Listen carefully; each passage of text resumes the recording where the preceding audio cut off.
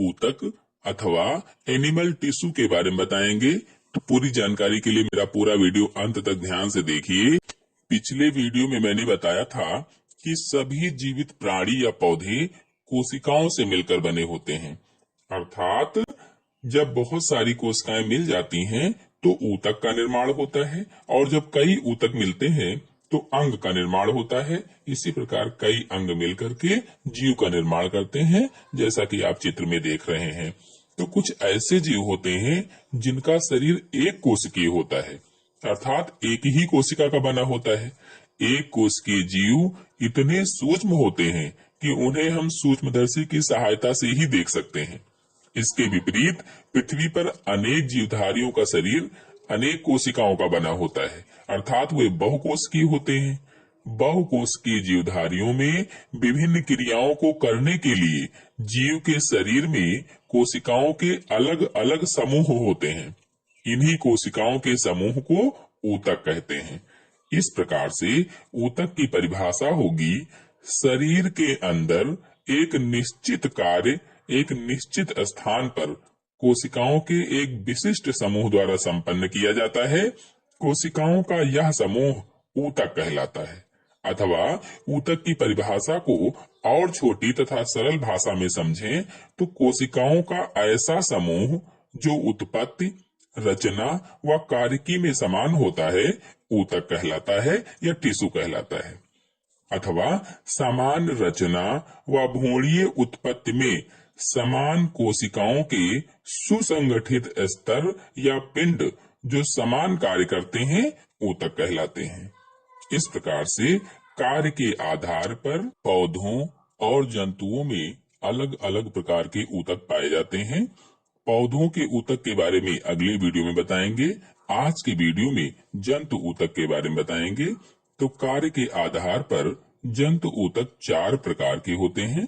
पहला उपकला ऊतक या एपिथेलियम टिश्यू, यह शरीर का रक्षात्मक आवरण बनाता है। अगला संयोजी ऊतक या कनेक्टिव टिश्यू, यह अस्थियों, लिगामेंट, टेंडन, रुधिर, लिम्फ आदि के रूप में पाया जाता है। अगला पेशीय ऊतक या मस्कुलर टिश्यू, यह आकुंचन का कार्य करता है। अगला तंत्रिका ऊतक या नर्वस टिश्यू, यह आवेगों का संचारण करता है। तो इनमें से तंत्रिका ऊतक के बारे में मैंने पहले ही अपने YouTube चैनल पर वीडियो अपलोड कर रखा है, वहां से आप लोग इसको देख लें। चलिए अब शेष बचे तीनों ऊतक यानी एपिथेलियम और संयोजी तथा पेशी ऊतक के बारे में बता देता हूँ। पहला ऊतक है एपिथेलियम या उपकला ऊतक। एपिथेलियम शब्द का प्रयोग सबसे पहले 18वीं सदी में डच वैज्ञानिक रयूस ने किया था। इस ऊतक की उत्पत्ति भ्रूण के तीनों प्राथमिक जनन स्तरों से हुई है, अर्थात एक्टोडर्म, मेसोडर्म और एंडोडर्म से हुई है। यह शरीर को ढकने तथा रक्षा प्रदान करने वाला ऊतक है तथा शरीर पर रक्षात्मक आवरण के रूप में पाया जाता है, अर्थात त्वचा के रूप में पाया जाता है। शरीर की त्वचा एवं आंतरिक अंगों की श्लेष्म झिल्ली का निर्माण इसी ऊतक से होता है, जैसे मुख गुहा, नासा गुहा, फेफड़ों, आमाशय, आंतों की आंतरिक सतह एपिथेलियम ऊतक से बनी होती है।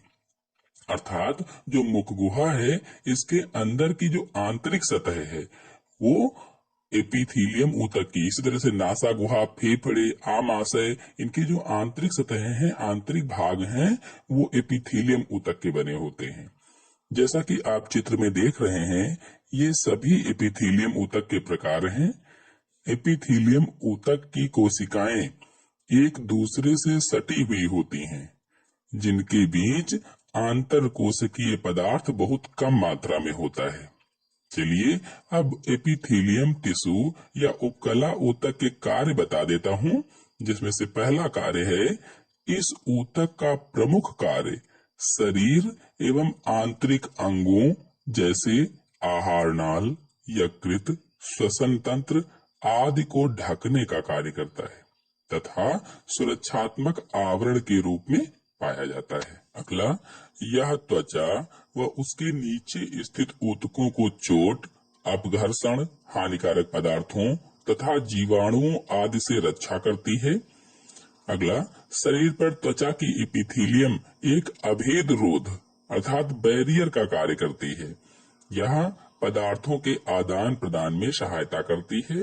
अगला, आंत्र का एपिथेलियम स्तर पचे हुए भोजन का अवशोषण करता है। अगला, यह ऊतक तरल पदार्थों के संवहन में सहायक है, जैसे मूत्र वाहिनियों से अपशिष्ट पदार्थों के उत्सर्जन में सहायक है। अगला, इस ऊतक की कोशिकाओं में विभाजन की क्षमता के कारण पुनरुद्भवन की बहुत क्षमता होती है, जैसे घावों को भरना। चलिए अब आते हैं दूसरे ऊतक संयोजी ऊतक अर्थात कनेक्टिव टिश्यू पर। संयोजी ऊतक अंगों अथवा ऊतकों को परस्पर बांधने या जोड़ने का कार्य करता है, क्योंकि इसका नाम ही होता है कनेक्टिव अर्थात जोड़ना। यह लगभग सभी अंगों में मिलता है और शरीर में इसकी मात्रा सबसे अधिक होती है। यह ऊतक भ्रूणीय मेसोडर्म से विकसित होता है। इन ऊतकों में आंतर कोशिकीय पदार्थ इतना अधिक होता है कि कोशिकाएं दूर दूर छितरी रहती हैं, दूर दूर बिखरी रहती हैं। संयोजी ऊतक पूरे शरीर का लगभग 30% भाग बनाता है। अस्थियां, उपास्थियां, स्नायु, कंडरा, रुधिर एवं लसिका आदि प्रमुख संयोजी ऊतक हैं। इनमें से मैंने रुधिर और लसिका के वीडियो पहले से ही अपने YouTube चैनल पर अपलोड कर रखे हैं, वहां से आप लोग देख लें। बाकी शेष बचे अस्थियां, उपास्थियां, स्नायु और कंडरा के बारे में आज की वीडियो में आपको बता देता हूं। पहले अस्थि या बोन अथवा हड्डी के बारे में जान लेते हैं। अस्थि एक सुदृढ़ संयोजी ऊतक है और समस्त कशेरुकी प्राणियों के शरीर का ढांचा बनाती है। कशेरुकी प्राणी वे प्राणी होते हैं जिनके शरीर में रीढ़ की हड्डी पाई जाती है। अस्थियों से शरीर की एक निश्चित आकृति बन जाती है। यह आंतरिक अंगों की रक्षा करती है। अस्थि की मैट्रिक्स ओसीन नामक प्रोटीन और अकार्बनिक पदार्थों की बनी होती है। अकार्बनिक पदार्थों में जैसे कैल्शियम, मैग्नीशियम, कार्बोनेट, क्लोराइड आदि होते हैं। अस्थियों का प्रमुख कार्य कंकाल का निर्माण करना है और शरीर को आकार प्रदान करना है। यह मांसपेशियों को सहारा देती है। ये शरीर के नाजुक अंगों, दिमाग व फेफड़ों आदि को सुरक्षा प्रदान करती है। अब आते हैं अगले संयोजी ऊतक उपास्थ या कार्टिलेज पर। उपास्थ या कार्टिलेज एक सुदृढ़ परंतु लचीला ऊतक है, अर्थात हमारे शरीर में जो छोटी छोटी सी महीन सी लचीली सी हड्डियां होती हैं, वही उपास्थियां होती हैं, जो दबाव एवं तनाव को सहन करने की अत्यधिक क्षमता रखती हैं। मानव के कान, नाक का सिरा, श्वास नलिकाओं के छल्ले एवं बड़ी अस्थियों के सिरे तथा मेरुदंड की कशेरुकाओं के बीच संयोजी ऊतक उपास्थ के बने होते हैं। उपास्थ की मैट्रिक्स कांडिन नामक प्रोटीन की बनी होती है। उपास्थ की सतह पर पेरिकांड्रियम की पतली परंतु मजबूत झिल्ली होती है, जो इसके रक्षक आवरण का कार्य करती है। इसी प्रकार स्नायु या लिगामेंट अथवा अस्थिबंध दो अस्थियों के सिरों को एक दूसरे से बांधे रखकर शरीर कंकाल को सुगठित रखते हैं, अर्थात स्नायु या लिगामेंट दो अस्थियों के सिरों को बांधता है।